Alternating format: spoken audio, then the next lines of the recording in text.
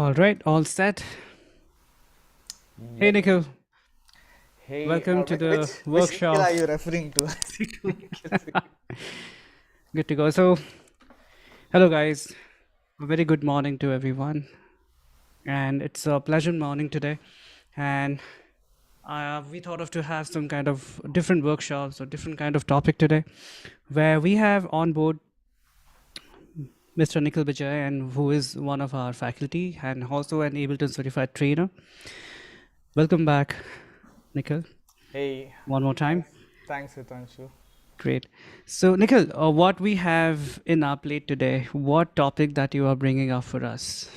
Yeah, so guys, we'll be discussing generative music. I'm not sure. Maybe some of you guys have heard about it. Some of you guys haven't. Uh, Probably would have heard this type of music as background ambience in airports or in elevators. Probably it sounds like an uninteresting thing, but what we are going to do today is not that uninteresting. We are going to take it another step forward. First, we are going to understand what is generative music, of course, and then we are going to explore how we can make it interesting and how we can actually achieve it in Ableton Live. So, Nikhil, what would you probably, if you can just tell our audience and our students as well, those who are on board, and probably we can just go further in that way, a good, way of conversation amongst each other. You guys also can ask questions if you have. So that way you can definitely preserve your questions and you throw the questions whenever you need them. You can stop also in between if you really need any help or in terms of doubts which you want to ask.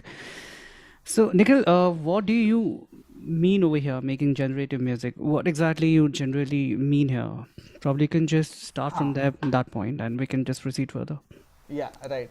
Firstly, I'd like to ask you guys who have joined. Have any of you heard about generative or self evolving or self changing music? Um, has anybody come across this thing? I'd like to hear your thoughts about it. And also, just a technical thing. Nikhil, if you could just increase your gain, please. My level? Yeah, perfect. Just a little more. Cool. Yeah. Is that better? Yeah, more better. Cool. Yeah, guys. Anybody have any idea about what is generative music?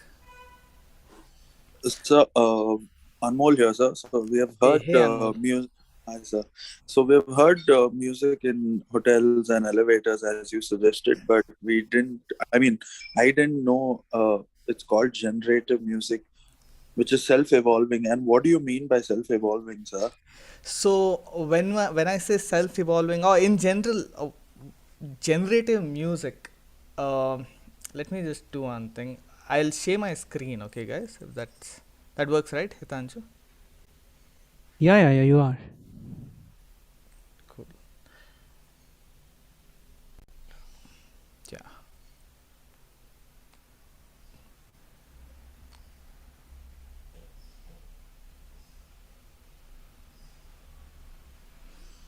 Okay.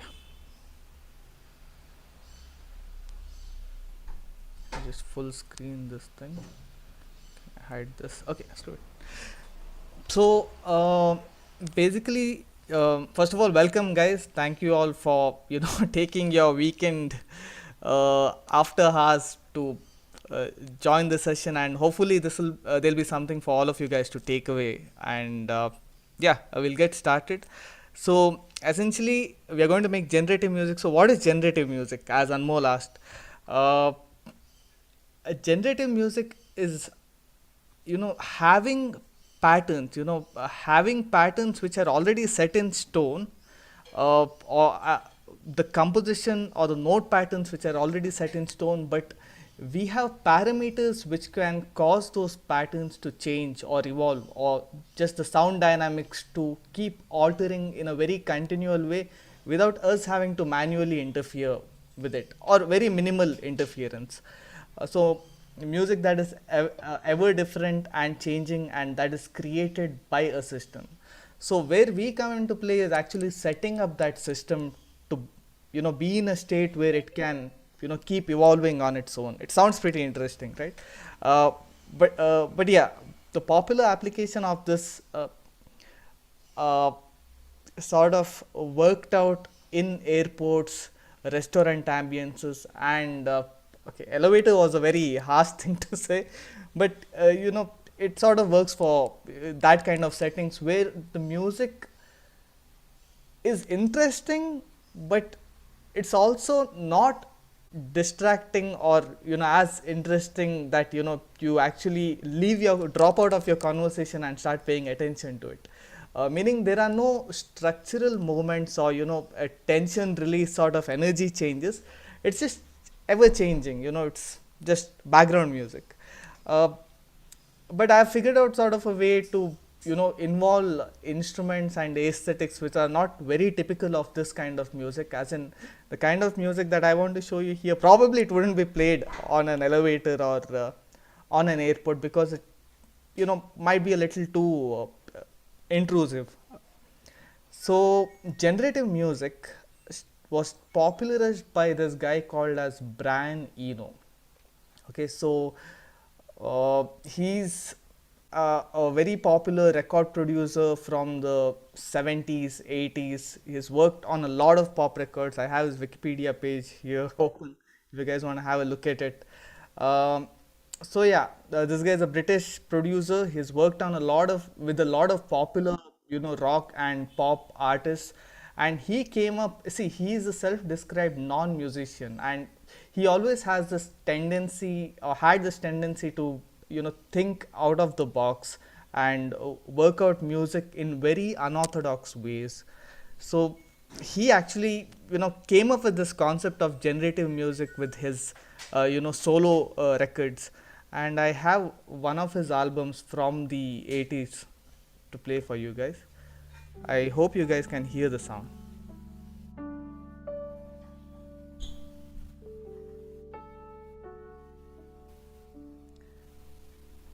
So think of this as they being just a 4-bar loop. Okay, there's just 4 bars loop. It just keeps on looping, but the music keeps on sort of changing and slightly evolving over time. What I mean to say is, he's not written each and every note and each and every dynamics of the background parts that you're hearing and all of that. It just evolves. I'm just going to skip through.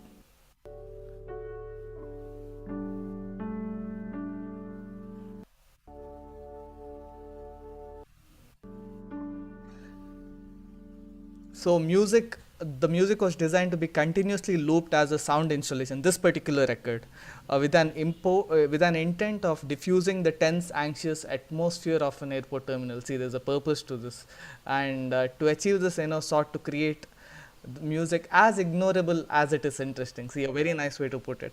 Though it is not the earliest entry of the genre, it was the first album ever to be explicitly created under the label ambient music. So yeah, goes on to say that generative music has historically been synonymous with what we consider as ambient music. So I'm going to quickly play a bit of something I have on Ableton. What is the full screen? Yeah. So can you guys see my screen, the Ableton Live screen? No, sir. You can't? Okay, just 1 second. Yep. So yeah, now is this visible? Yes, sir. Thanks, man. So as you can see, there's just 2 bars of material here. For those of you who don't know, I hope most of you guys know, but this is Ableton Live. This is a digital audio workstation, and we use digital audio workstations to compose music. I'm not going to get into the intricacy of the structure of Ableton, because that would stray away from the purpose of this. I'm going to walk through things that make sense from the point of view of building generative music. So I'm going to just play what I have for the 2 bars.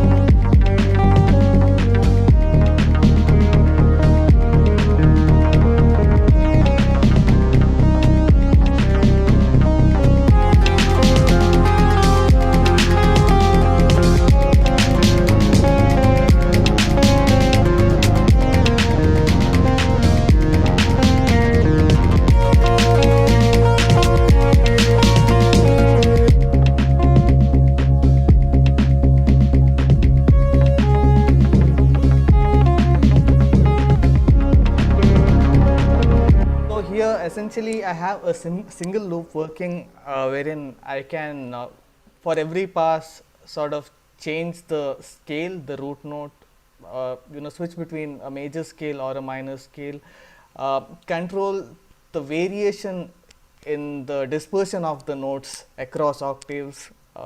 With when I set chance to 0, it basically means that it is within a very small range of octave.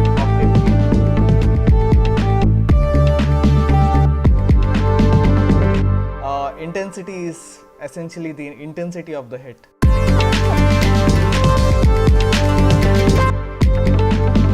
It affects both the percussion as well as the melody, harmony, bass layers. And rate is the rate of movements. So yeah, it's sort of set in the inverse. When I reduce it, the rate is faster, and when I increase it, the rate is slower. But either way, just the range. So this is the setup, and we are going to look at achieving, something in this direction, over the course of the next uh, couple of hours. But before that, I want to come back to my PPT. I think you guys can see this, right? Yeah. So do you guys have any questions so far? Sir, yes, sir. Huh. So is this like how we add on a ping pong delay to a track and it changes the arrangement? So over here you're using a chord selector to change the arrangement, like modify the arrangement. Right. So is this similar, sir, where we load in So samples? not essentially ping pong delay. To be honest, I did not use any traditional audio effects to achieve these changes. I mostly used built-in features within Live and some Max for Live devices which work in very unorthodox ways to create what I would say is a very controlled, sort of a randomization, which affects intensity, which affects the pace of the notes, which affects the range of the notes, which which manipulates certain parameters. Like if I come here, yeah, what are we using in Live to achieve this? So we are manipulating velocity, probability of a note happening. We are using chains, parallel chains, and controlling in a controlled random way, which chain is actually sounding out and which chain is sounding out less, which chain is sounding out more.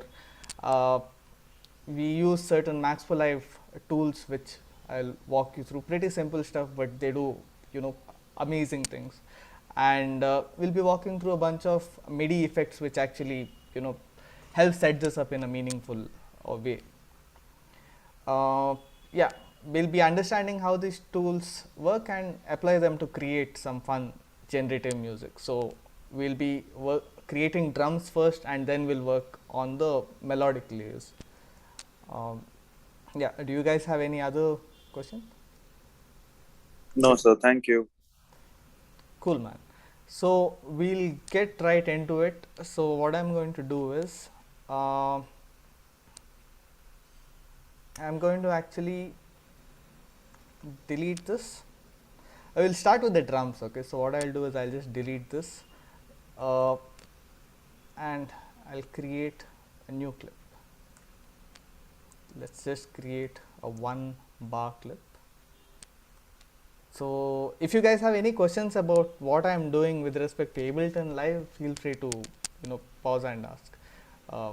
So basically in the arrangement view, I'm just creating a MIDI clip, and I have a drum kit. Okay, nothing fancy. I just have a drum kit, and I'm going to write certain percussive notes. Or I'm going to write a beat basically. But while doing this, I'm going to make use of two essential things, what I mentioned here. For drums, Live 11 has these new features of controlling velocity, or controlling change of velocity, and controlling the probability of a note happening. So we are going to use those features to write a simple drum kit.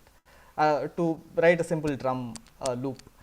So essentially, let's say I have 4 kicks, right? And if I play this,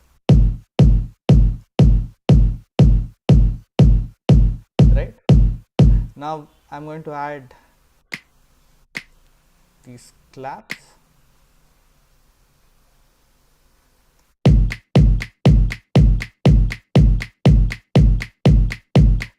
Now I want to add claps, in between these. Right now they are in the 8th positions, like every 8th. So I want to add, on the off of that, so that it's in every 16th. But when I do that, I want to show you something. Below you see 2 set of controls. Sometimes one of these might be hidden, so these are the 2 buttons to bring it up. They're called velocity and chance. Now most of you guys, or some of you guys, I'm sure, would be familiar with what velocity is. It is essentially a MIDI protocol, or it's essentially something that tells us how hard a note was hit. So usually high velocity, a higher value of velocity for a note, so it's like a shadow following the note, right? So this is the velocity of this note. When it is high, you can see the reading over here. 127 is like super loud, and when I reduce it, it becomes soft, right? It is essentially translating a digital translation of how hard a particular note was played or hit. So when we are humanizing, we tend to change velocity a little bit here and there to give some nice rhythmic accents and all. Now we are going to look at something new in Ableton Live 11, which is, if you look at this left hand section, the clip properties. So for every note, I can alter some of these properties. So when I select this note, you see something called as velocity range over here. It's saying 0. Let me lower this, okay? So notice that when I lower this one, shade is appearing under it, right? It's like sun is on the other side, setting or something. What does this mean? So what I'll do is, I'm going to select all of these notes, and I'm going to essentially just select all of these snap notes and lower this velocity range value, right? So you see shadows over all of these notes. Now when I play this, also I'll do one thing, let all of them be of the same velocity. So now you see they're all the same 127 maximum velocity. Let me just play. You hear them like a constant robotic burst, and now I give a velocity range, okay, minus 127.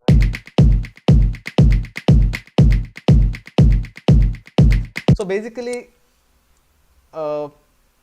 we are setting a range, and we are telling every time the note is played, let it be a random value, but within the range of the actual velocity value, which was 127, to the velocity range mentioned here, which is minus 127. So it is right now in the range of 0 to 127. I can have it a little more controlled. I could say, minus 30. So now every time a particular note is played, it can be anywhere between 127 velocity or 127 minus 42 velocity, within that range. Right? Any confusion with this velocity range concept, let me know. No, right? So I'll move on. So what I'm going to do is, I'm going to, come back to what I wanted. What I wanted was to have 8 notes, okay?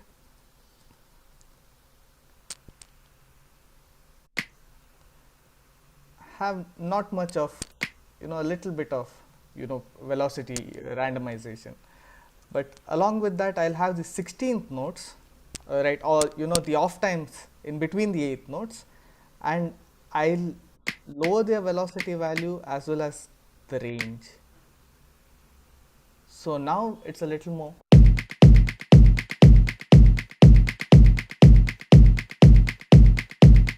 And I'll take all these on beat ones as well, sort of drop them a little.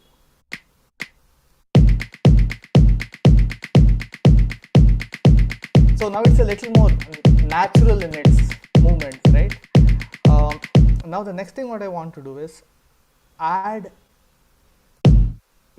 offbeat kicks. Okay, add offbeat kicks everywhere. Okay.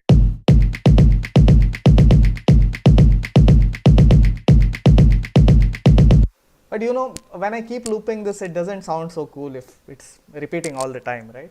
Uh, so one is, and it is repeating exactly the same way. So one is I'm going to add some velocity range, just select those offbeat, and there's a shortcut. I can hold Control in Windows or a Command in Mac and just sorry, pull down on the velocity. Hold Control and pull down, it automatically affects the velocity range.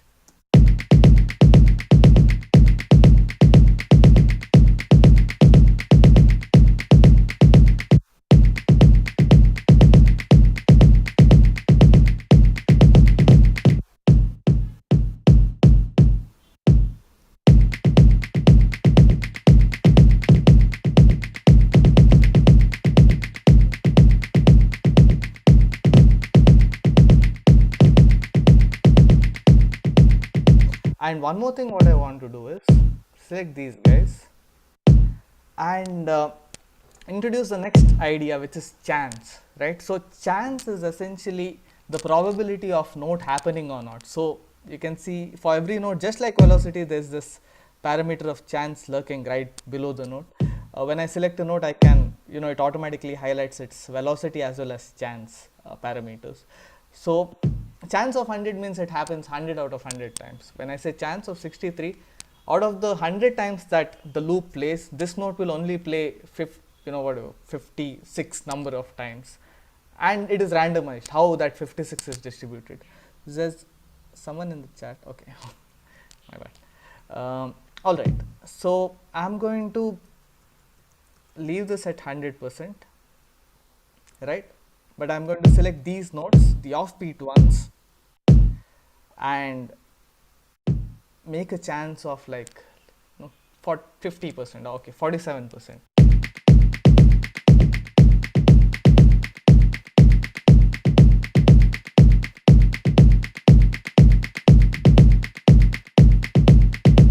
And now that I've done this, I want to alter the dynamics, as in, let these offbeat notes actually not be so soft so many times. So I'm going to bring back their velocity ranges, let them not dip so much. So when they are playing, let them play loudly, right?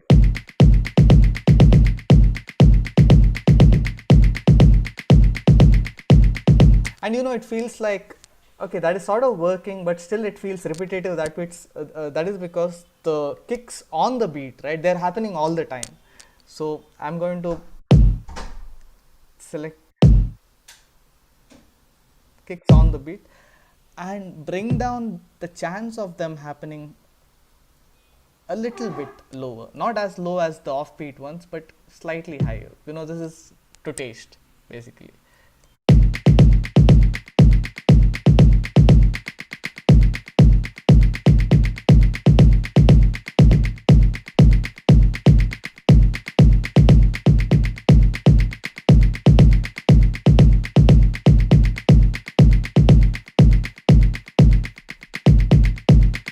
So you can tell that now there's a little bit of, a natural dynamics of someone actually sitting and playing and improvising between whether to do that double kick thing, whether to not put any kick on the beat at all, or whether to put the kick after the beat or, slightly before the beat. There's that play happening, which gives a feeling that every loop is now a little bit generative. We are sort of getting there. So these two concepts of velocity and chance, we are going to sort of expand to, let's say, the clap. Let's have clap on every second beat, which is generally what.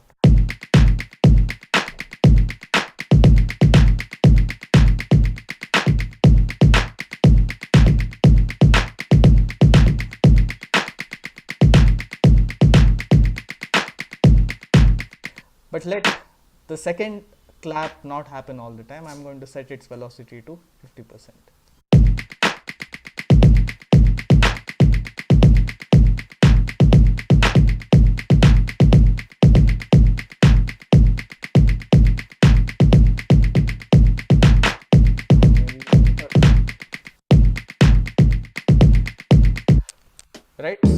we'll speed this up. So what I'm going to do over the next 2 minutes is just fill the space up by adding decorative elements, and let them not happen all the time.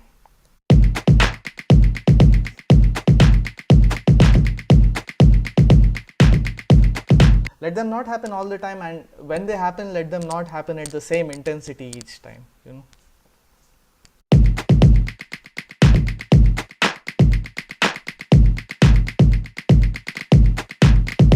And some of these offbeat ones, the every other 16th snap sound, let them not happen all the time. So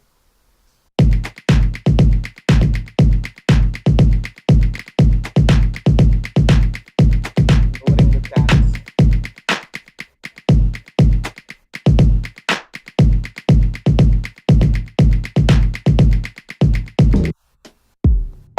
So it's mostly about sort of having a drum kit, and now improvising on the drum kit with a base structural idea, but sort of having variations within that idea. So this is my drum kit, let's say, because this is the drum rack which I have put. If I would have had a different drum rack, I would have explored this in a similar manner. The art is in sort of how you're setting this up, right? I started with the 4 on the floor kicks, and continuous hi-hats, and sort of started manipulating their positions, like how a drummer would sort of feel a very basic groove, get in the groove of that rhythm, and then start improvising on top of that here and there.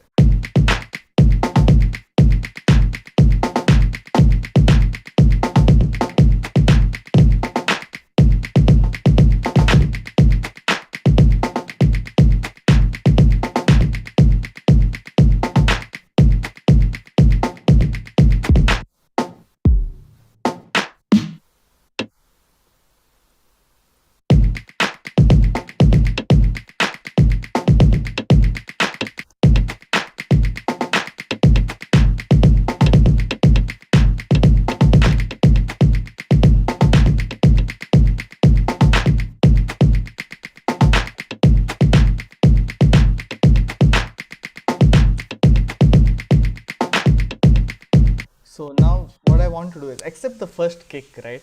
All the other kicks, just overall lower the chance a little bit. Let them not happen as often.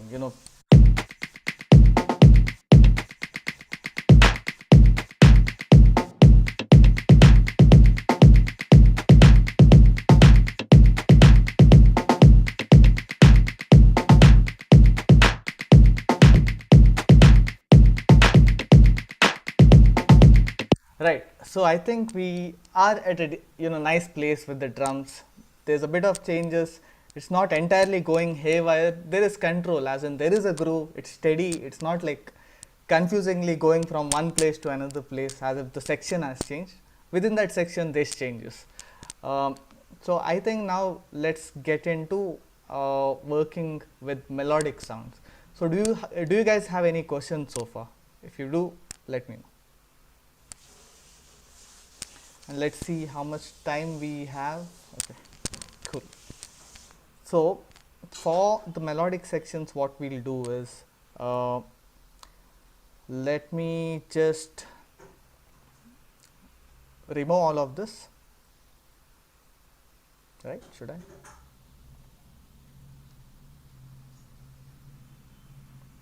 So I have some compressor towards the end, which is sort of to duck the thing when the kick is happening. I'll just leave that for now, and everything else, this entire chain of instruments that I have, I'll delete it.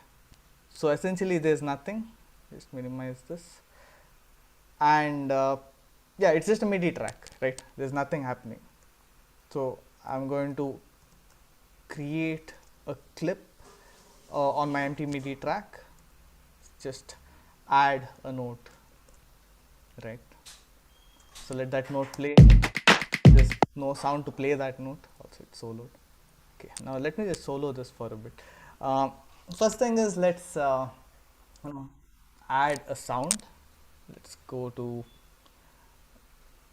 okay, I've basically what to say, shortlisted some sounds. So Ableton Live 11 has this collections concept wherein any sound that you like, or a VST or an instrument or a sample, you can right click and add them to collections, right? Right click, add them to. So I sort of prepped up some of the sounds so that I don't spend too much time figuring out what sounds to use.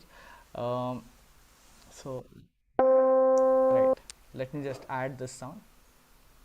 So we'll start by making chords. So this is one of the, I think, built-in keys instrument.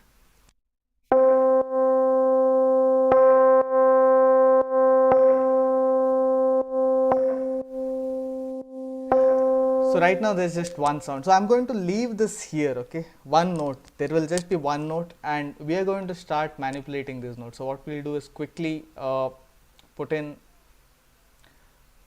a chord, and let's just make a major chord shape. So for those of you who are not aware of what this chord MIDI effect is, it's a MIDI effect which adds extra parallel notes on top of an existing written note, and I can tell by how many semitones. So I'll add the first note, which is 3 semitones higher, and add the next note, which is 7 semitones higher. So a bit of music theory, and you'll be sorted. So right now I have a minor chord, right?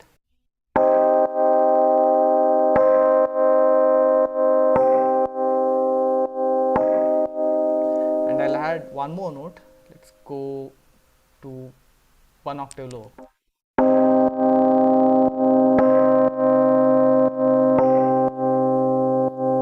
So yeah, there is a chord playing. Now what we need to do is sort of randomize this chord in a controlled way. So there is this random MIDI effect under MIDI effects. I'm going to drop this before the chord.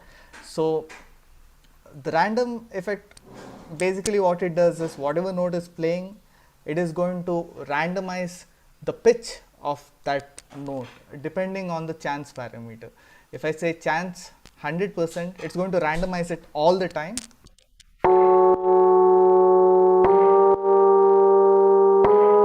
Right?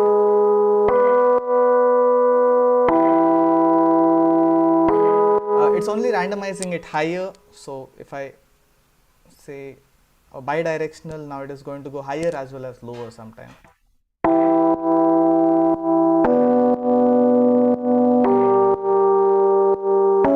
The problem here is it keeps going out of scale, right? It doesn't stick to the scale.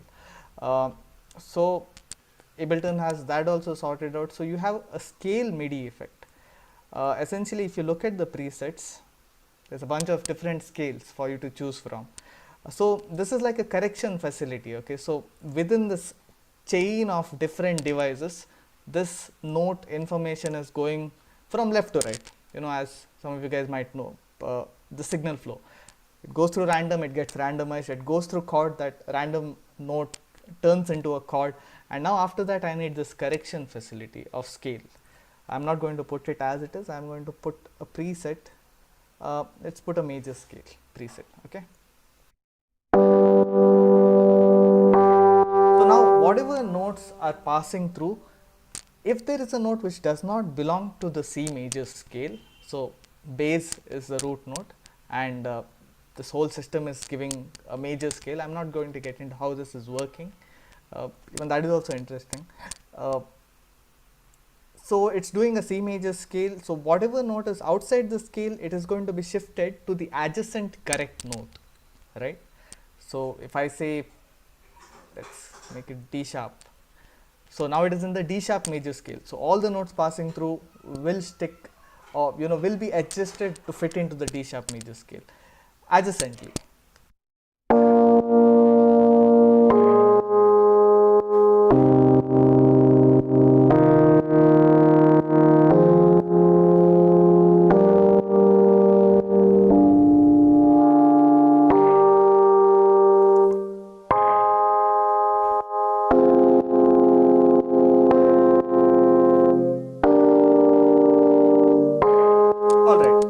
Right now there is a triad or a chord happening, and that chord keeps on changing each time.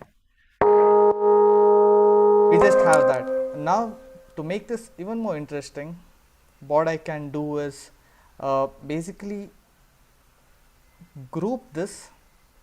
Okay, so there is this concept of racks in Ableton Live, which basically allows you to parallelly stack different devices. So what I'm going to do is, right now this effect is only giving me a major scale. I'm going to right click, say group. So it has been grouped. Okay, so now within the chain of within the group I can add multiple chains. So I can right click here and say create chain. So within the first chain there is a major, and within the second chain I can add a minor chord. So going to use the minor preset within the scale MIDI effect and sort of add it here. So now I have a major and minor added parallelly, right? So the signal is going to be split and it will go to the major chain and the minor chain, but it gets a little confusing. Like, why would I want it to go through major and minor at the same time, right? Let me just set the same root node. It sounds weird. So here I want to introduce the concept of chain. Okay, within the instrument track I can use this chain selection facility like a gear switch. I can switch between either this major chain or this minor chain. So let me just rename this, call this major, rename this, call this minor. In fact, I've already set it up, so I'll just show you directly. I think I had a scale selector, right? So I have a scale selector. So basically what I've done is same thing. This is a rack. Okay, let me just close this if it is confusing you. Okay, so I have a major, I have a minor scale MIDI effect, and if I open this chain area, you can see that there is this control which is sort of switching between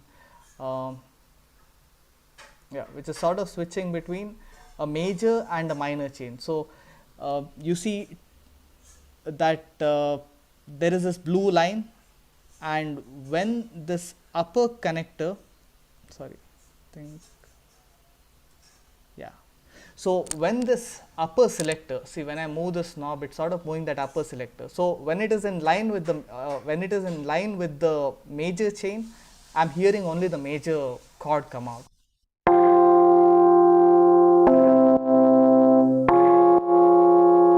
And when it is in line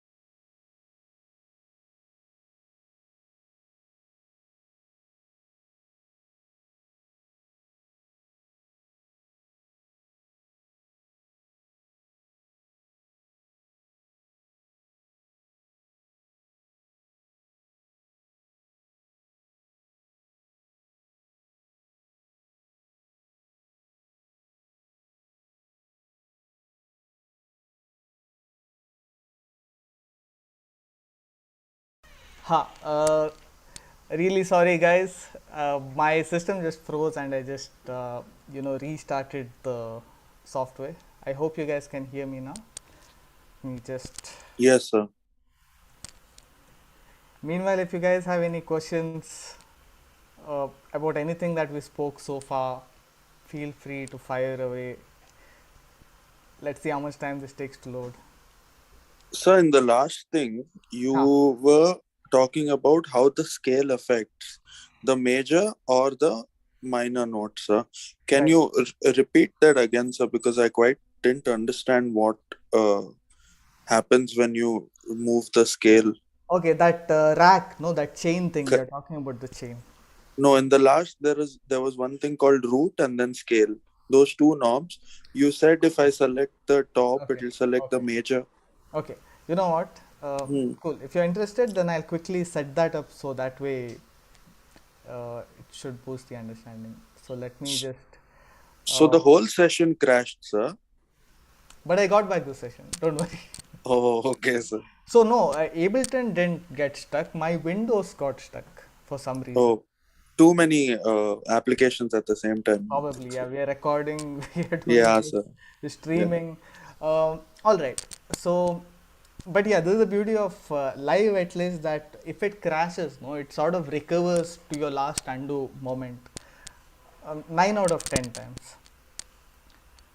And one more thing to note is it sort of creates backup. This is besides the point, but it basically keeps creating backup of your project even if you're not saving. But yeah, ideally you should just save. Okay. Um, and count yourself lucky if it restores after a crash, but mostly it will. So basically what we'll do is we'll quickly go to MIDI effects. I'm going to drop the major scale. So right now everything is, you know, let's say, okay, everything is D major, right? I'm going to group it so that I can add parallel chains, and to that parallel chain I'm going to add the minor scale, right? So I have 1, 2. So you have to share your screen, sir, the Oh Ableton. shit. Oh Yeah, shit. yes. My bad, my bad. I think host has to enable sharing for me. Hitanshu, are you there? Yeah, it's done. Okay.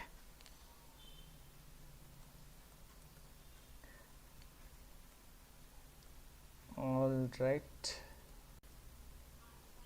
Yeah. Cool. So we are back. So I have a major scale effect. I'm going to group it, right? So now I have a rack and I can parallelly stack a minor scale effect. So now both are happening simultaneously, and it'll sound like a mess. So I can come to this chain, and what I can do is I can create a selector zone uh, just by moving these points. Okay, by moving these points. So I'm going to get this to, what I can do is distribute ranges equally. I can sort of spread this, right, and distribute ranges equally. So basically wherever this guy is, right, this is the chain selector. This is a parameter, you know, just like velocity. It's a MIDI based parameter. Notice that the signal is popping up only in the upper chain when it is against this line, and when it is against this line it is popping up against the lower chain. So this is like a selector, a range, and this point, or this particular point which I'm moving with my mouse, this is called as the chain selector. What I did is I basically mapped it to the macros. It's a very convenient way to actually, you know, achieve or set up this generative music kind of a flow. So I'm going to right click on this and say map to macro 1. So it has come over here. I just renamed this as scale selector, or you know, basically I sort of worked a little more. I made it between a range of 0 to 1, and I said 0 is major and 1 is minor, but right now it's beyond 50% mark, it is a minor scale. Below 50% mark, it's a major scale. I'm not getting to renaming it right now. Um, yeah, let's rename this though. This is a minor chain. Now another thing is, I want a unified, what is that, base control. So this base is essentially telling what is the root note, right? So right now it's C, right? We are listening to everything passing through a C major scale. Um, so I want both of them to change at the same time, so there's no confusion, right? So I'm going to right click on one of this and I'm going to map to macro 2. It says base. I'm going to go to the major as well and map this also to the same thing, base. So now both of these guys, both of these effects, the base is sort of mapped to the same parameter, right? You can see. So I can rename this as root node. So yeah, there we have it. Right now I'm in the D major scale or D sharp major scale. I'm in the D sharp minor scale because the scale selector has gone to it's selecting the minor chain basically. Right? Is this clear? Any questions about this?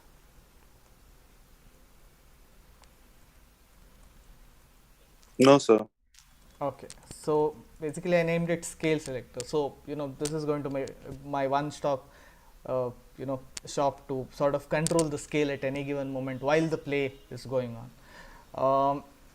Now coming to this, I also made a similar rack. Okay, this is to keep it a little more flavorful. So I'll just directly drop that rack here. I'm not going to build the same thing. Essentially, I did a parallel grouping and I stacked multiple chord MIDI effects on top of each other, and oh wow, okay, yeah, I think I'll just quickly do that because I don't have it saved. I thought I had it. So this will be chord 1, and this will be chord 2.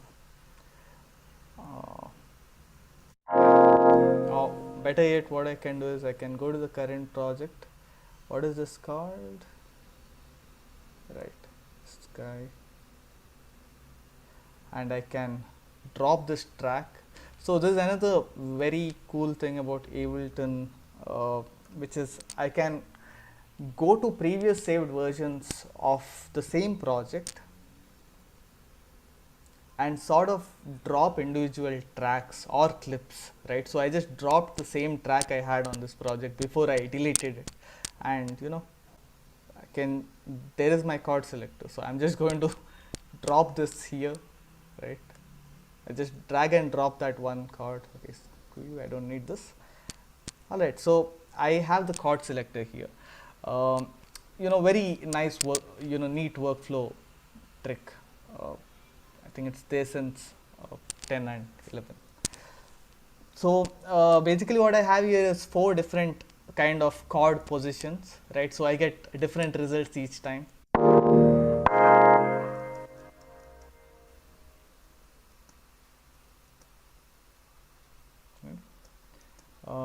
But this chain has to keep moving, right? This chain has to keep moving basically.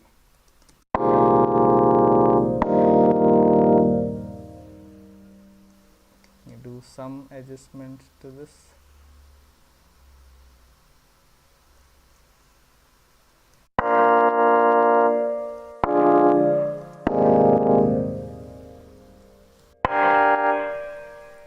Just 12.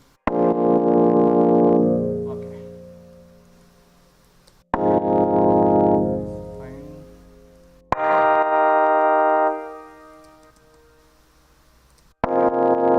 Okay, so I have 4 different chord shapes. Now I need to automatically move this, right? I need to automatically move this. I can't manually be moving this all the time, and then it's not really auto generative. I need some kind of just minimal control, and I don't have to do this micromanagement thing. So what we can do is I can add one more MIDI effect, which is called as expression control. Okay, so I'll add this all the way to the left. I could add it anywhere actually. And what this does is every time a note is triggered, right? sorry, where were we? I think we were over here, right?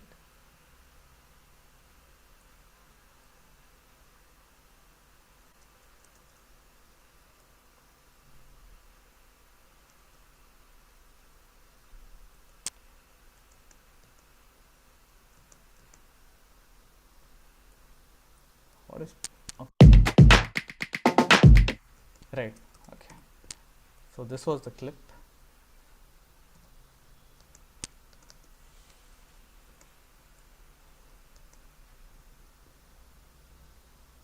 Hide this.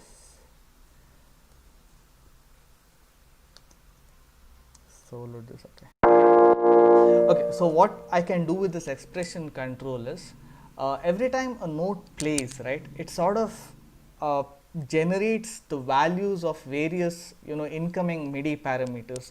And one interesting option here is that it generates a random value every time there is a MIDI note. So notice this random thing. So between the range of 1 to 127, the MIDI parameter range, it generates a random value each time a new note is triggered. So I can map this to control something. So I am going to click on this, just hit map and select the destination. So now it is going to control this chain selector, right, which makes it super interesting, because now I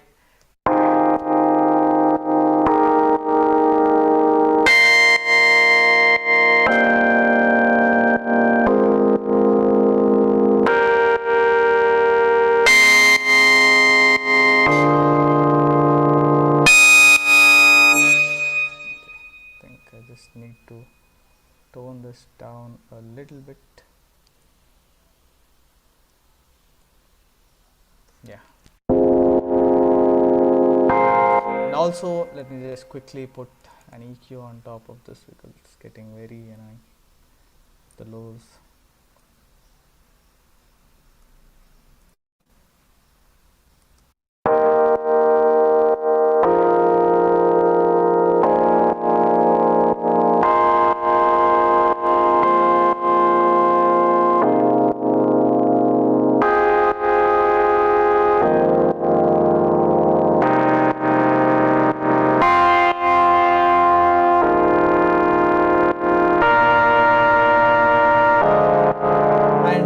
Yeah, basically this is the thing. So the next thing what I want to do is add melodies on top of this, right? So right now I have a consistent staple of harmony changes that are continuously happening, chord changes are happening, there's a bass note change that is happening because of the random effect.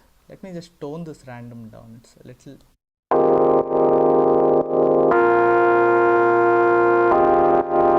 Right, so what we'll do is, I'm going to group this instrument, this keys which I have, I'm going to group this and call this harmony.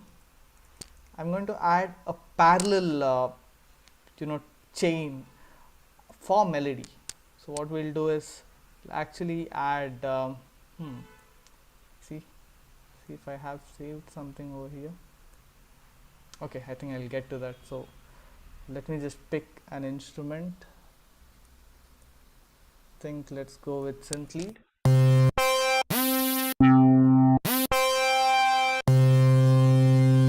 Right.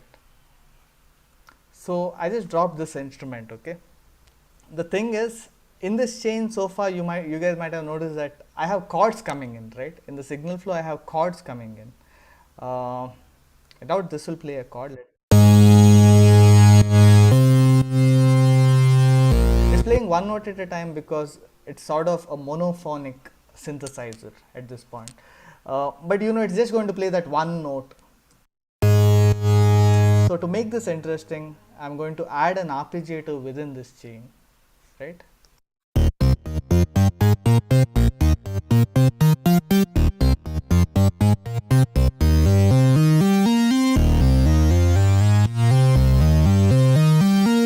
But it is going to keep repeating the same kind of a phrase, right?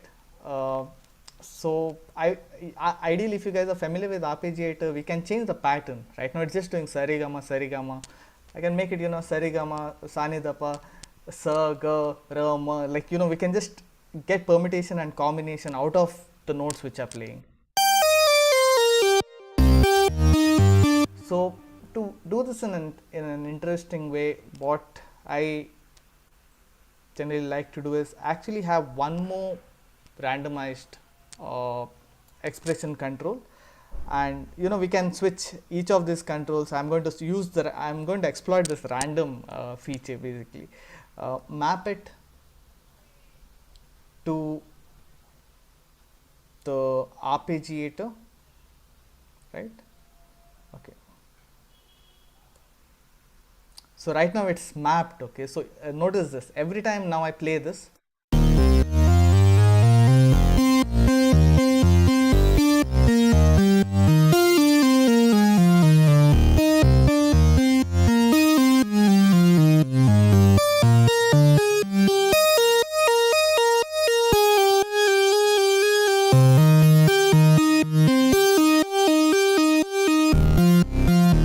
right? So it's going to produce new ideas each time. Also, it's a little low, it's bordering on baseline.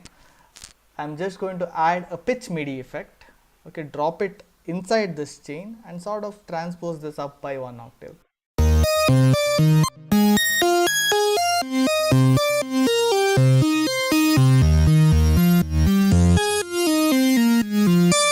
See what's happening in this synthesizer.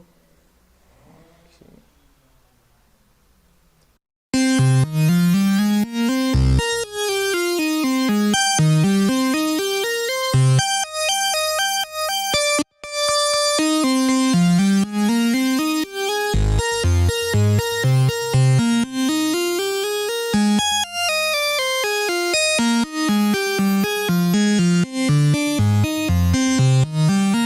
Also, what I'll do is I'll add an EQ within this chain. So see, the idea is sort of building it up to sustain in a meaningful way. So this again boils down to general mixing and sound design principles. So I find there's a lot of bass regardless of how high I go, because there's a low pass filter within the synthesizer itself. I don't want to bother that. I'll just add an additional EQ. I think there is an EQ. Okay, there is an EQ here only. So let's just use that.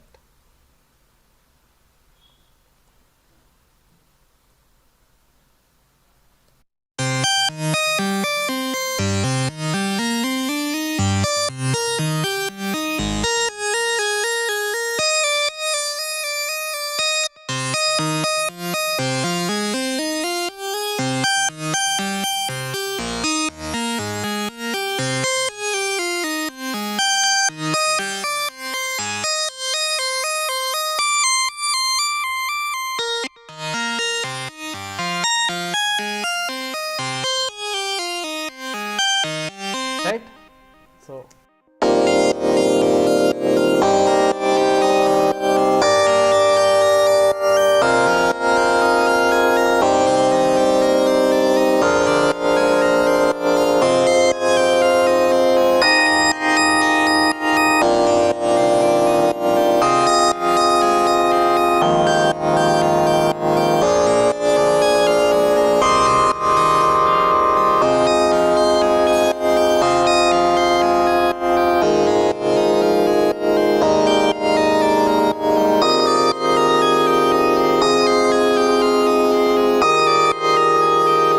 right. So I want to come to another concept now. If you guys have any questions so far regarding whatever we are at, let me know, or we'll move on from this. So I have a joke to crack, sir. Can I crack a joke? Okay. It Sure. sounds like a car is reversing near a church, sir. Sounds like a car is reversing near a church. Yeah, if you can Oh, put okay, that. okay, okay. The organ thing. Yeah, yes, sir. Right. So I'm basically going full improv on the choice of sounds. The idea is that I want you guys to get the whole generative format idea as an exploration. So I'm not using the same set of exact sounds here what I used for the previous thing. I'm just picking some things along the way, uh, because this is a very adaptive process. What you drop, you're now going to sculpt it to sort of work with the next thing. So essentially, right, even up till this point, we are still building up the thing. This is not the final thing, and it's a continual process of continuously layering things. There's a couple more concepts that I want to talk about before we proceed, but yeah, good joke. Okay, all right. Okay, what we'll do is quickly, let's sort of layer this sound, uh, sort of make it less organish, and no, I shouldn't have replaced this. So what I'm going to do is, could be a little expensive on the CPU, but I'm going to group this instrument. So we can have racks within racks. So right now, uh, I had this rack for melody. I'm layering, yeah, I'm layering another instrument within the melody. I just grouped the instrument that was there within the melody rack, so it became sort of a rack within a rack. You'll see a lot within Ableton Live's presets to have this kind of an arrangement. Um, so if you're confused, don't worry. It's basically having a group within a group of instruments within one chain. Um, so I'm going to add this guitar instrument on top of this.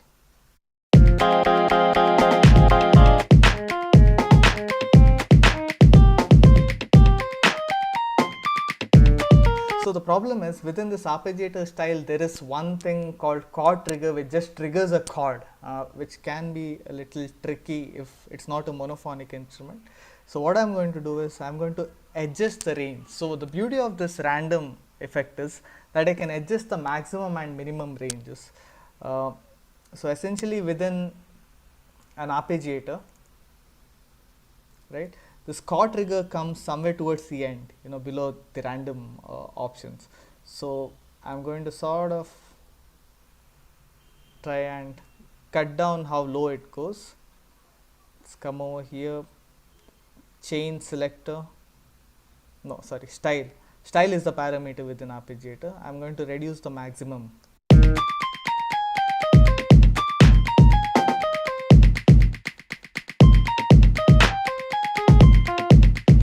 Also, it's going a little too high. I'll just put this pitch effect within the other synthesizer chain. Call this synth melody. Okay, I just put it within that, so it's affecting that, but it's not affecting the guitar anymore.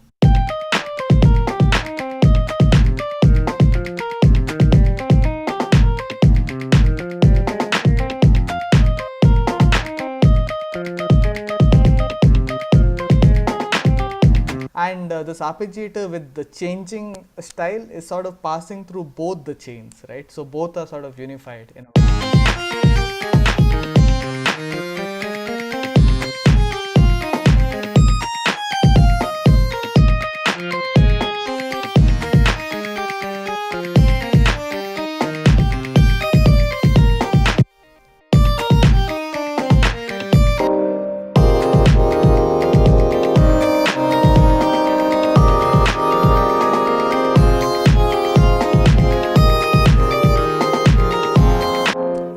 I have a melody chain, I have a harmony chain. Now, yeah, I want to walk through another concept of having sort of changing soundscapes within a single note's travel, right? So, what we are going to do is, within this harmony chain, I'm going to add one more instrument parallelly. Let's go to sounds.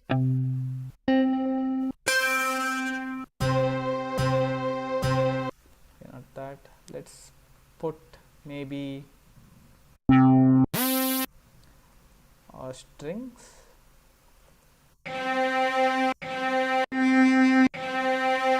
Let's go with this. So I'm going to add strings within this.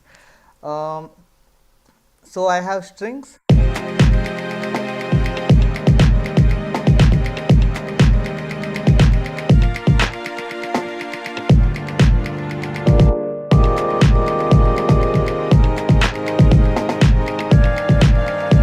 So I have both this keys instrument and the string sort of playing the same set of notes as harmony. Now within the chain I can do something interesting. So I'll extend this chain selection region for both, so that when this guy travels any point, it's playing both the instruments. But I can create a fade of volume, wherein at one point the vintage keys would be louder and the cello would be softer, and in the other point it would be the opposite basically. So to do that, just within the chain selector there is a chain fade option.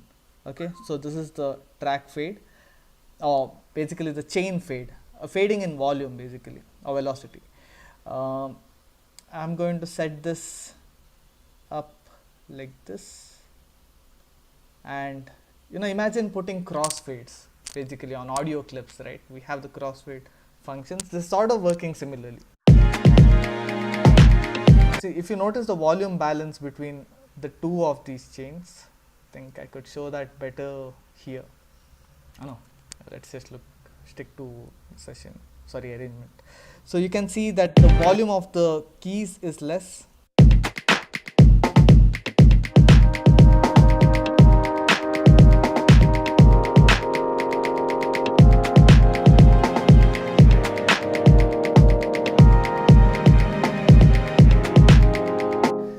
So the idea is there is some niceness involved when there is smooth movements, not like abrupt jumping movements. Right, it's a little too abrupt. There's no fun in that. But if it was smooth movement over time,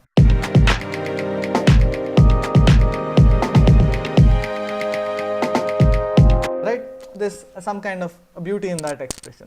So it's very easy to set that up. Basically, I'm again going to use the same thing. Come back to the expression control, use a randomizing tool, map this to that parameter. But I need to do one change here.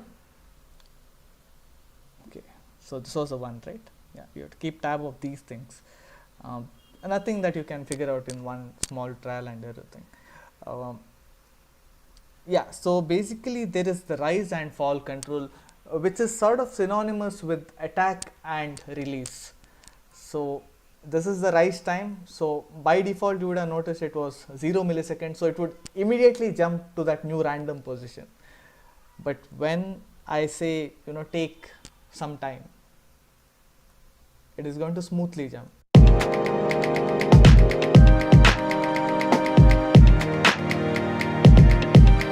It's not doing that because I think I need to set up the fall time as well. Set up.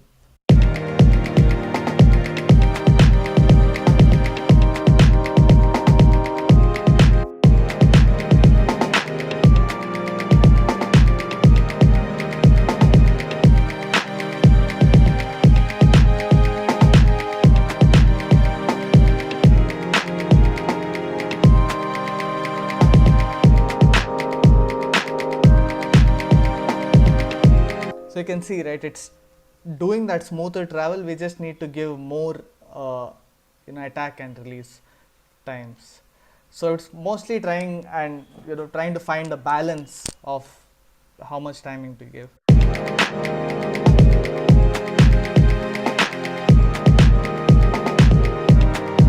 Now it's a lot more gradual.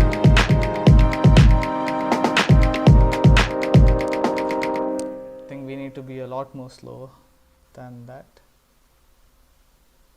So maybe in this particular situation, we could set the attack and release time so high that it never reaches its destination. So that way it's going to move like very lazy drunk, slow travel.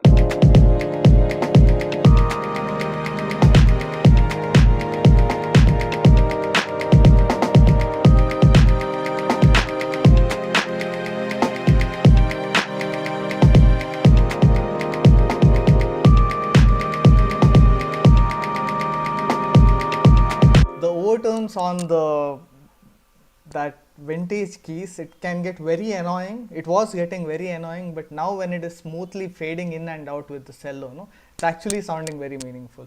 Uh, so we'll come.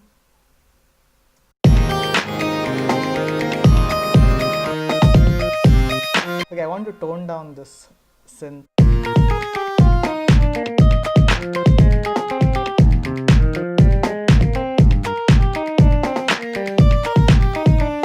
You know what? And I want to add some mallet or pizzicato kind of things on top of this. So within the melody only, I'll add one more chain, sort of reinforcing that with a pizzicato styled moment. It's too low, so let's add a pitch MIDI effect. So I hope you guys know what pitch MIDI effect is. Basically, it's transposing that message.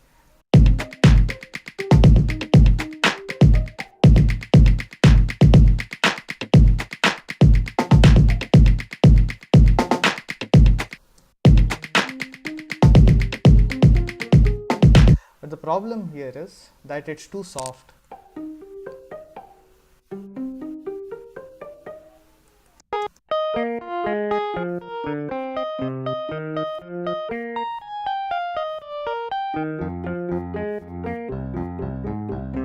Okay, this is going a little too low, the guitar. So yeah, EQ is your friend for all these things, because especially because I'm playing with very randomized note travel concepts. It makes sense to sort of restrict the highs if it's getting extreme and lows if it is getting extreme.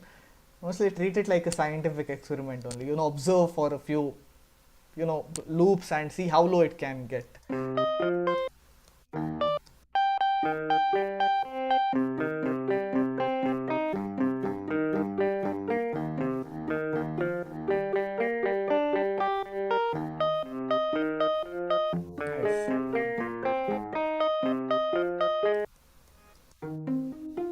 Also, the cello is a little too soft. Okay, so what I can do is again one more MIDI effect, velocity, put it here.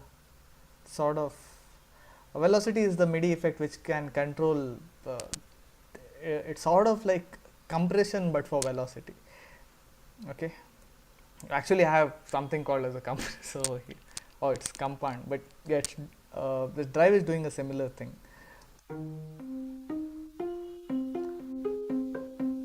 So if the velocity wanted to be 127, this is allowing a highest of 93, and it can be a linear curve from velocity 0 to 127 being shifted to 0 to 93, or can make it exponential. So in this case I want it to be a little on the higher side.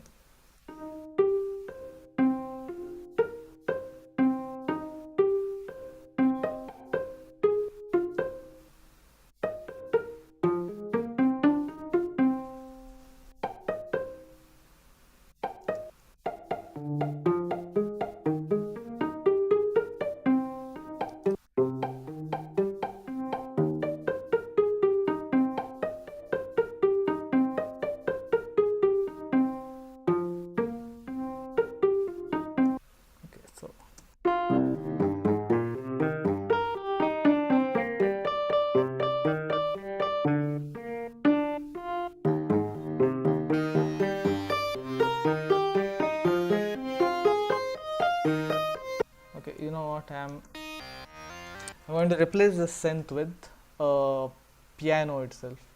I think like someone pointed, it's getting a little too churchy. Sir, Huh. sir, can I ask you something?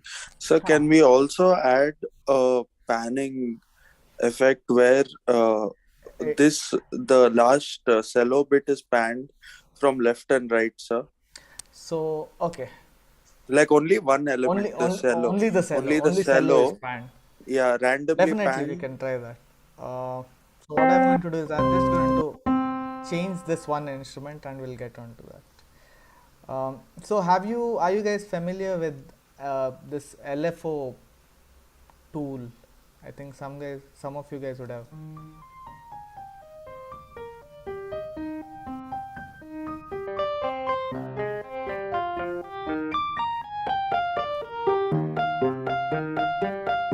Okay, so yeah, we can try that. So basically in live, if you come to audio effects, live 11, um, if you come to modulators, yeah, there is an audio effect called LFO. It's not really an audio effect. So this is a Maxwell Live device, and it is sort of like one, open mapping tool. I can map this LFO to any destination, right? uh, I could have, the reason why this is useful is if I want to, like LFO sort of, work through a sine wave kind of a movement, wherein it's going left, right in a very synchronized manner with the tempo, right? Uh, or even control the randomize the depth of that, I can do that. But if I want that sine movement, then this is the way to go. So a sine or any kind of a wavular or periodic moment other than random. If I wanted random only, I could again give that, but here I can have continuous movements and in a very periodic manner. So I'll set it to sine and map and sort of select this guy. So it's getting into decimal points, so it makes it hard to see, but it's there, it's sort of moving. And we'll slow down the rate. I can shift the rate to tempo synced. So every bar it's going to finish one cycle of left to right and back to center.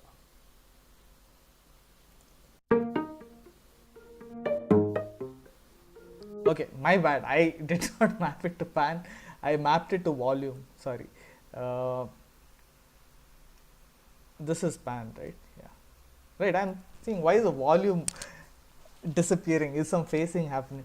So the cello volume is at max. Now you can see the pan control, right, sort of fluctuate. I can no longer touch it, see, because it's, once you map something to LFO, it's like possessed by that entity, and you can't really move it, but you can still control its range. Right now it's moving like a sine wave. For some of you guys, Zoom is a very funny business. If you're not hearing in stereo, it's actually should be in stereo, but depending on bandwidth and packets, it might take away that stereo moment for some people. So I hope you can hear this in stereo. Is it working? Just someone let me know. Yes, sir, it's working. Awesome. Yes, sir, it's in stereo. Awesome. So, is this something what you had in mind? Not sure. Yes, sir. Yes, sir. Okay. So, we can control the depth. What's interesting is I can randomize the depth, like if needed. Let's say, like, it should not go between minus 50, extreme left to extreme right. It should stay between 30% left to 30% right. I can control the depth.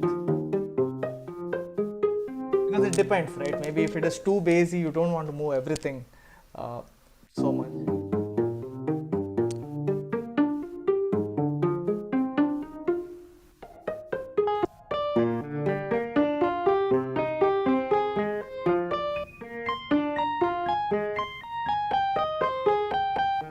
Okay, now another layer of, since we are already on this guy, arpeggiator, one more thing what I can do is alter or randomize the rate of the arpeggiator, because right now it's very static, right? It's just doing, it's just going 1, 2, 3, 4, 5, 6, 7, 8. So what if we had, okay, again, there's a range to that, but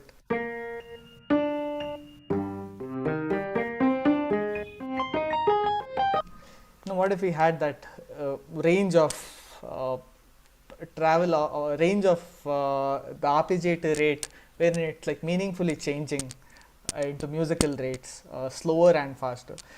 So to set that up, again, what I can do is multiple ways to do it now. I can use the LFO if I want it to be continuously changing, but I think we can sort it out with the expression control itself. So I can change another one of these things.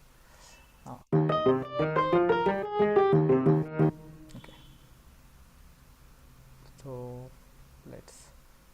say random, map this to this guy.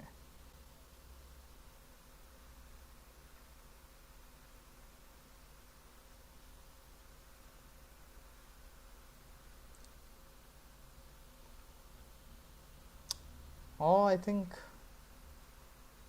should we just be using this will control the rate only for the all the melodies, right? Okay, so this is before the instrument track, before the melody instrument track, right? Perfect. So I'm going to map it to this, and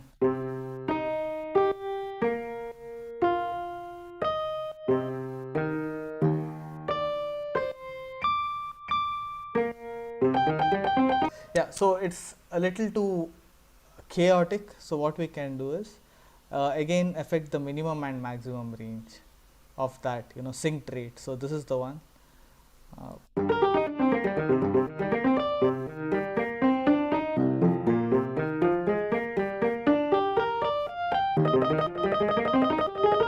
So I think the minimum one is what in arpeggiator, it's sort of going to extreme values. Like the more left it goes to 116 with it becomes faster basically. So don't be fooled by minimum and maximum. Minimum means leftward values and maximum means rightward values. It's you have to flip it, then you have to flip it in your head.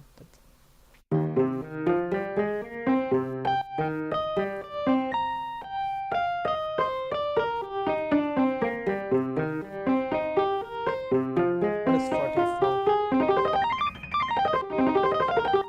Okay, so let's go from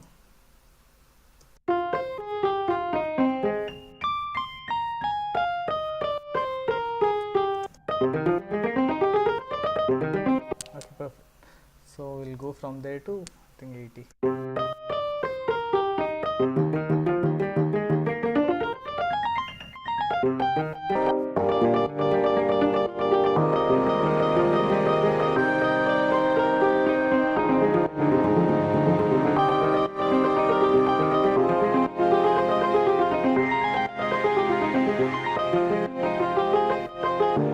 So let's listen along with the drum.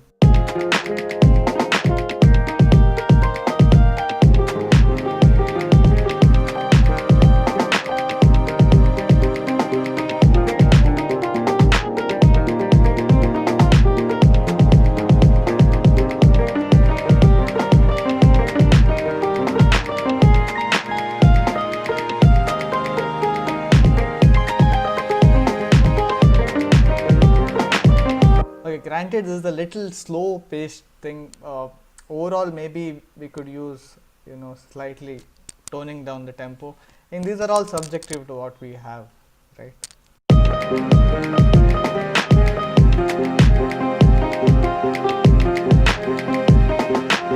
Okay, now the final layer on top of this is the bass. Let's it's a fun way, like having that single note sort of control everything, and at any time actually we can take this beyond that. Okay, you can turn this into a mini performatory kind of a thing. Right now what is happening is the random is what is giving us the generative music. Now if at all if at any point you feel like you want to be the one triggering these movements with a MIDI controller or something, you can just set it up in such a way that turn off the random, so there's no random note input happening. Arm the track, and I'm just going to use my virtual because I don't have another webcam to show you my MIDI.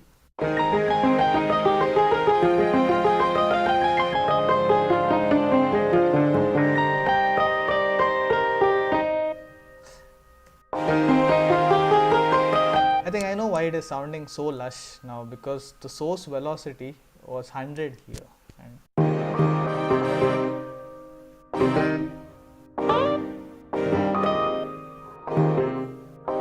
Actually pretty cool, right? Like I'm just yeah, did someone want to say something?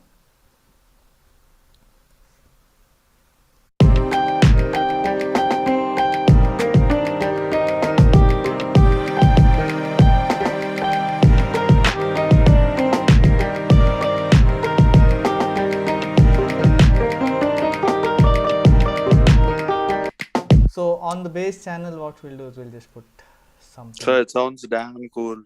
Yeah, right? Yeah. Yeah, I know. It's actually sounding nicer than what I had for the preview. Oh, yeah. So yeah, I could go with anything. Let's go with this.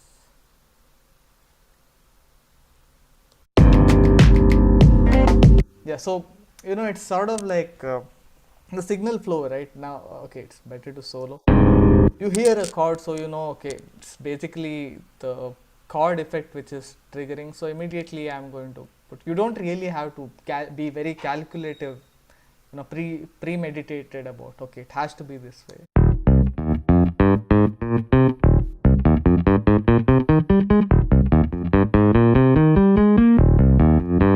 See here, I think for the bass, it makes sense to randomize this slightly and also the gate slightly, because when the gate is full, it sounds like.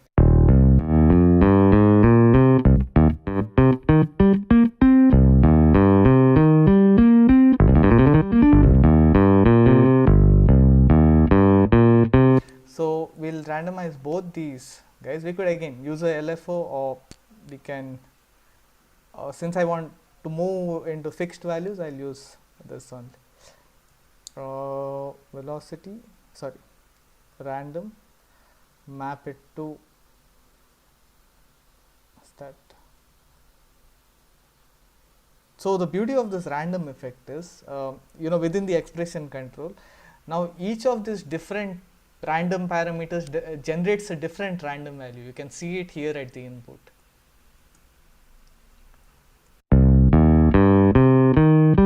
And this effect is actually part of the larger scheme of MIDI polyphonic expression. You can see in Ableton those devices are marked as MP, which means that if I map this to velocity, right, so it can, depending on what is that, if I play a chord from an MP enabled MIDI instrument, if I play one note really loud, the velocity is going to actually pick up that loud value only for that note. And if I play the second note really soft, it is going to internally pick up a lower value only for that note, and it's going to transfer it accordingly. So per note, multiple channels. That is MP, but yeah, that's a separate topic altogether.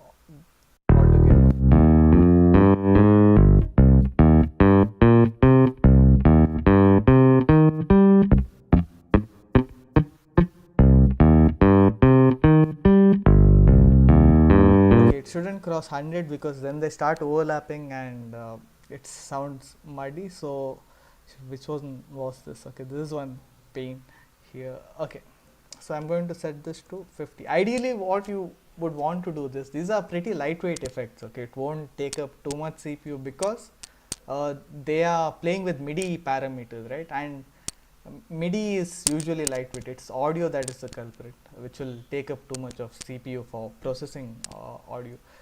So you can have multiple such devices. Say one thing only controlling, the chords, and another thing only controlling the bass. You can manage it that way to simplify things or to be more organized. Here, I'm not doing all that. So maximum I'm coming till 50%, okay, which means that this arpeggiator's gate at max it will go only to 100, like it will not overlap. Again, if these things seem confusing, just you need to simply understand how these effects, get a little more comfortable with how an arpeggiator simply works, and you'll get whatever I'm.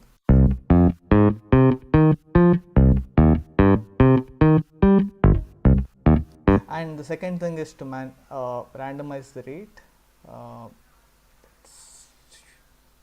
Okay, come over here. Okay, and go from 48 to, because I know for the previous thing, for some other instrument I had given a limit. I see that sync rate was going from 48 to 75. I'll do the same thing here. Or you know what, the opposite. So I'll give 75 to 48%. So what happens is when the melody is arpeggiating faster, the bass will arpeggiate slower to sort of stand out.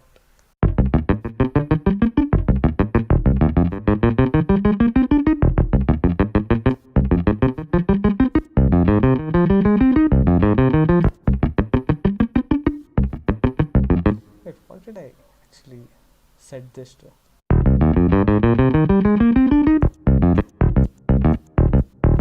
Ah, okay. So I haven't changed this to random. Okay.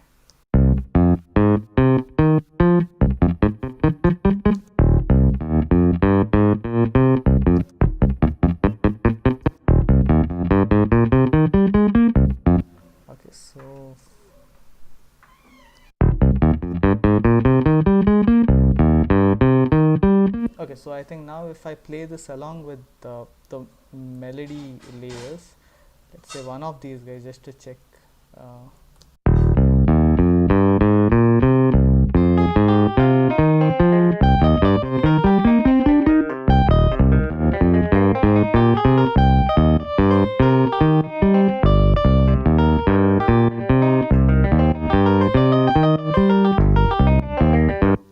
Also, arpeggiator has this very useful parameter called as repeats. Okay, so actually we can take this whole thing even one step further. It might get a little tricky to make sense, but repeat, what it does is when you play a note, right, or when you play a chord through an arpeggiator, it will repeat, right? Sariga, sariga, sariga.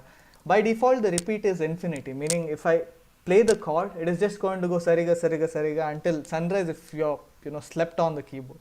But if I say the repeat is 1 or 2, it is only to place the note sariga once and stop, like okay.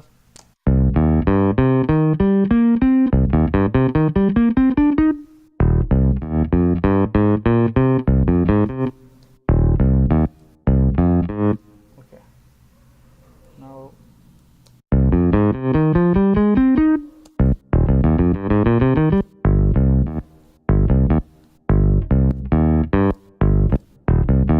okay, ideally it should be happening. Okay, this is a little strange. Why isn't it happening?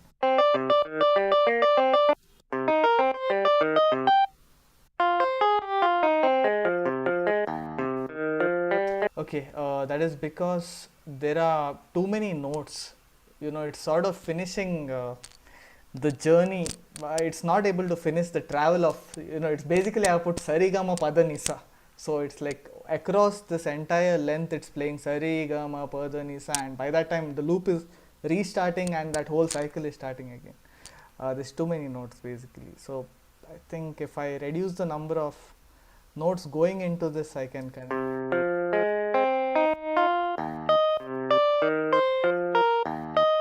okay, right now there's too many notes. So what I could do is cut out one note from the chord, sort of trigger that to work like that, just for demonstration.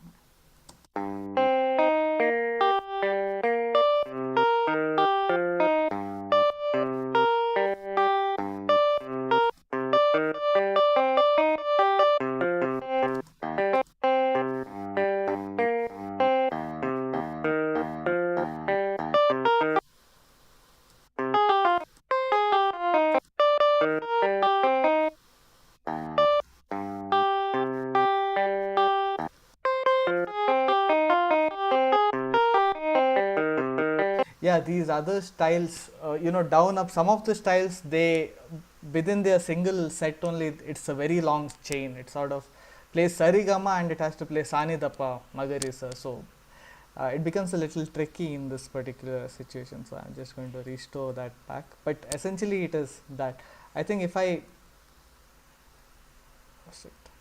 really want to do that, I could maybe have a lengthier note, but yeah, we'll not get into that. But essentially why I'm saying all this is you can create pauses within your cycle. If you have a really long note, it will just say sarigama and just stop. It will not keep going sarigama sarigama sarigama sarigama like 100 times till the note ends. I can have pauses, which actually starts creating, you know, a lot of interest, because, you know, the bass is going to dum, dum, like, you know, and just stop. And I could randomize this repetition parameter to go between infinity and one cycle.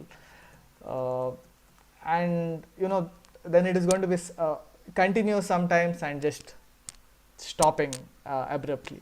But again, like I said, in this situation, these notes are too long.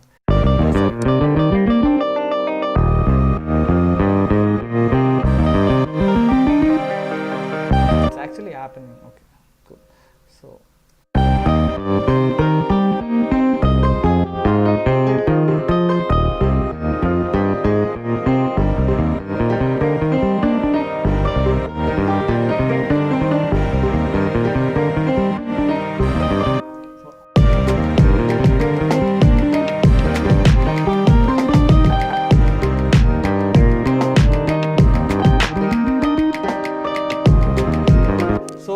when you have this, no, one idea is that forgot the full screen. Okay, when you have this structure, right now we have like a full-fledged musical section which is automatically just having variations with it. I won't get time to, you know, build those macro controls again on top of this, because I want to show you something else in the remaining 10-15 minutes. Essentially, I could, you know, group all of these things, right? Control G, you know, select multiple, the entire chain, right? All the MIDI effects, the instruments, and the audio effects. Do Control G, so all of them become part of a larger chain, right?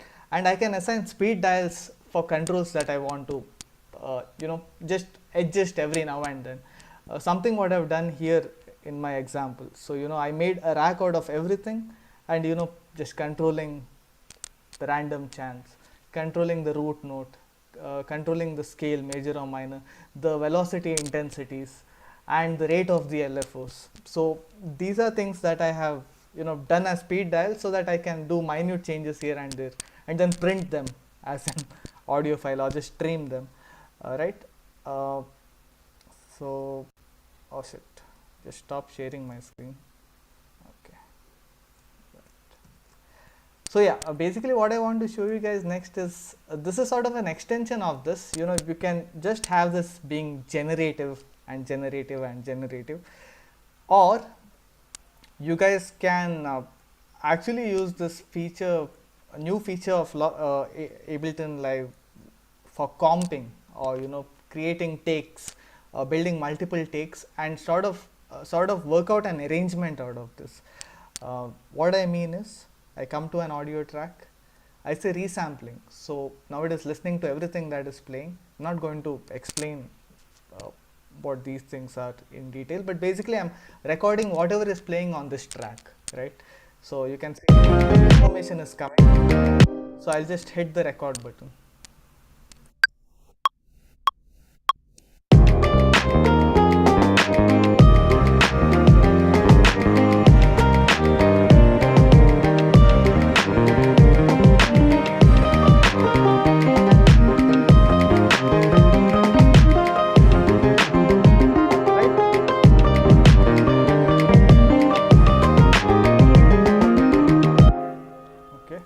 So I recorded a bunch of passes. Now I can right click on this audio track and I can say show take lanes, and it actually shows me all of those things as, you know, separate lanes. Now I can, you know, merrily just select. You can actually listen to it. So this is just, oh wow, everything is playing. So let me just solo this resample track. It printed along with the master effects. So let me just remove the master effects.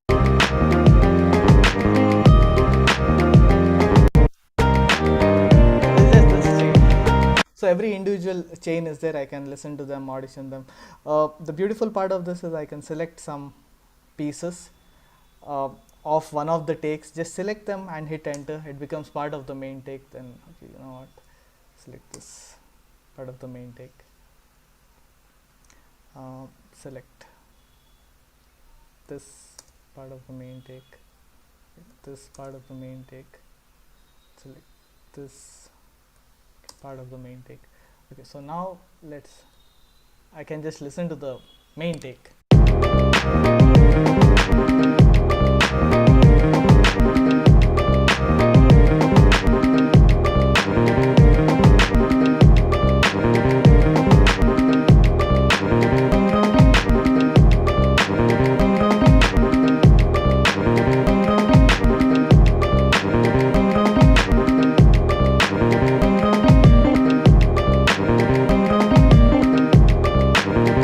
So we can have different looping ideas.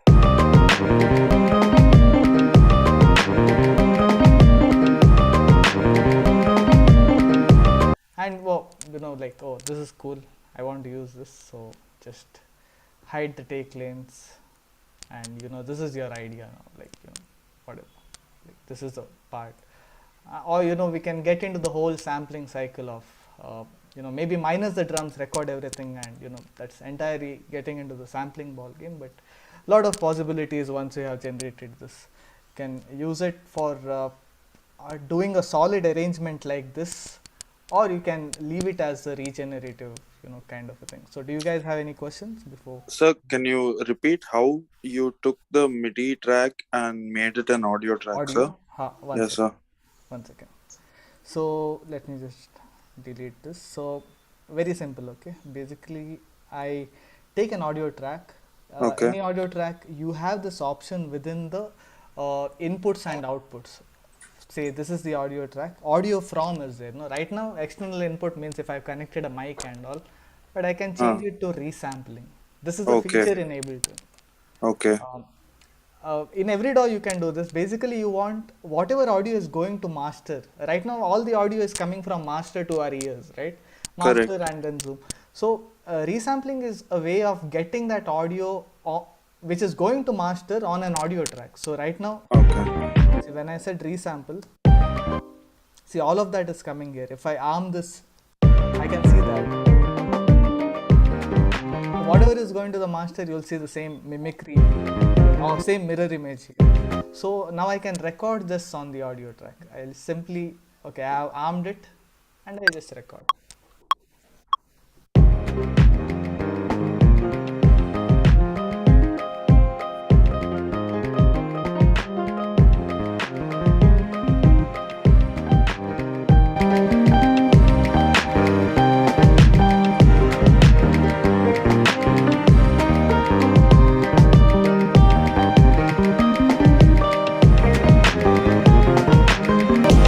Okay, so it basically has ended up recording multiple passes. Yeah, this was your question, right? Yes, sir. And how did you make the lanes takes? out? Yeah, Okay. take lanes. So basically, right click on the Okay. audio track, Okay. and there is this option for show take lanes. Okay.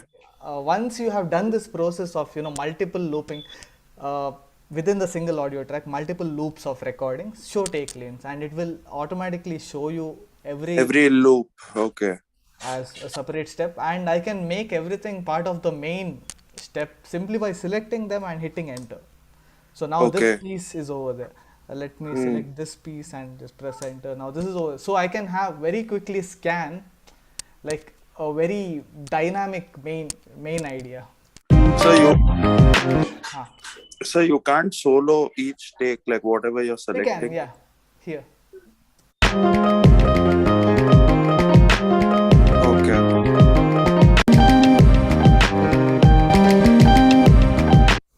Yeah. So then we can select individually what we want Yeah, to add. exactly. So Okay. it's like this is a very nice system of sampling actually. It's not traditionally used, but it's traditionally used for vocals. Okay, like if there is a singer and he's trying out different alaps, like classical alaps, so multiple ways of singing the same idea, or it could be a guitarist also. So it's mostly used for that, so that finally he has recorded 5-6 passes. Now he wants to choose the best phrases, like I sang the first 4 words in the first take nicely, next 4 words in the fourth take nicely, and just stitch them as a single take. This process is called as comping.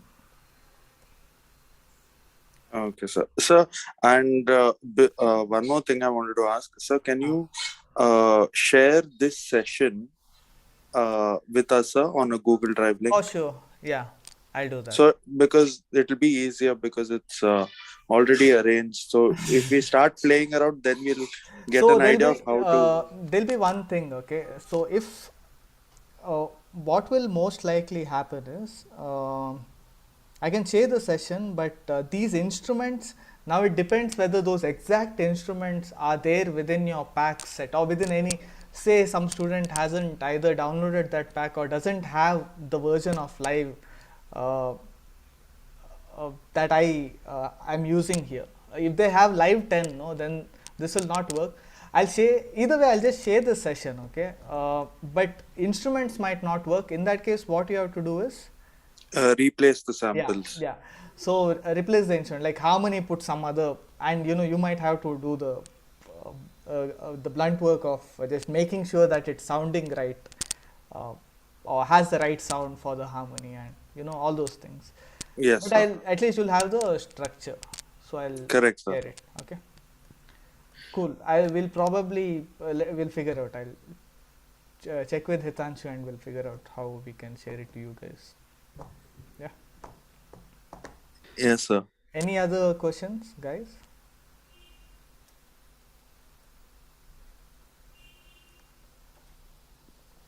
Hey, Nikhil, it was a great session, and thank you, all of Thanks. you guys, for being here. Yes, so expression controls, indeed, it is one of a very, ergonomical, intuitive controls that has been designed.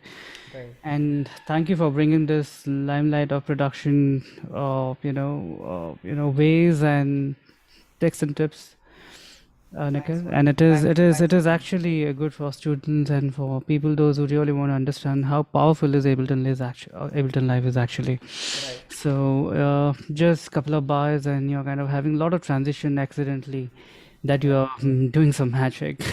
Right. Great. Thank you so much. And thank you so much, all of you guys, for being here. And we will update you in another session regarding some couple of more things, probably the next coming weekdays and next coming weeks. So till then, you guys take care. Bye bye. Stay safe. So, thank you, sir. It was a very productive session, pun intended, but yes. Cheers, man. Amazing, sir. Glad you enjoyed it. I hope everyone got to take away something. Granted, very few guys have shown up on this call, but I'm sure people can catch up with this. It's a Saturday also, I understand. Great fun. Yes, sir. Hopefully we'll catch up for more sessions in the future. Yeah. Yes, sir. Looking forward to it, sir.